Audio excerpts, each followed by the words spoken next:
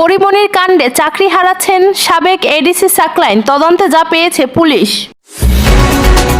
ঢাকা মহানগর পুলিশের গোয়েন্দা বিভাগের ডিবি সাবেক অতিরিক্ত উপকমিশনার ও বর্তমানে অতিরিক্ত পুলিশ সুপার মোহাম্মদ গোলাম সাকলাইনকে বাধ্যতামূলক অবসরে পাঠানোর প্রাথমিক সিদ্ধান্ত নিয়েছে স্বরাষ্ট্র মন্ত্রণালয়। এ বিষয়ে বাংলাদেশের কর্ম কমিশনে মতামত চেয়েছে তারা। স্বরাষ্ট্র মন্ত্রণালয় থেকে পিএসসিকে দেওয়া এক চিঠিতে বলা হয়েছে, তদন্তে উঠে এসেছে নায়িকা পরিমণির সঙ্গে সাকলাইনের বিবাহ বহির্ভূত অনৈতিক সম্পর্ক ছিল। সাকলাইন পরিমণির বাসায় গিয়ে থাকতেন। সাকলাইনের স্ত্রী তার সরকারি বাসায় না থাকার সময় পরিমণি তার বাসায় গিয়ে রাত্র যাপন করেছেন। স্বরাষ্ট্র মন্ত্রণালয়ে জননিরাপত্তা বিভাগে 13 জুন পিএসসিকে চিঠি দেওয়া হয়। এতে বলা হয়, সরকারি কর্মচারী শৃঙ্খলা ও আপিল বিধিমালা 2018 অনুযায়ী অসৎ আচরণের কারণে সাকলাইনকে গুরুদণ্ড হিসেবে চাকরি থেকে বাধ্যতামূলক অবসর প্রদানের প্রাথমিক সিদ্ধান্ত গৃহীত হয়েছে।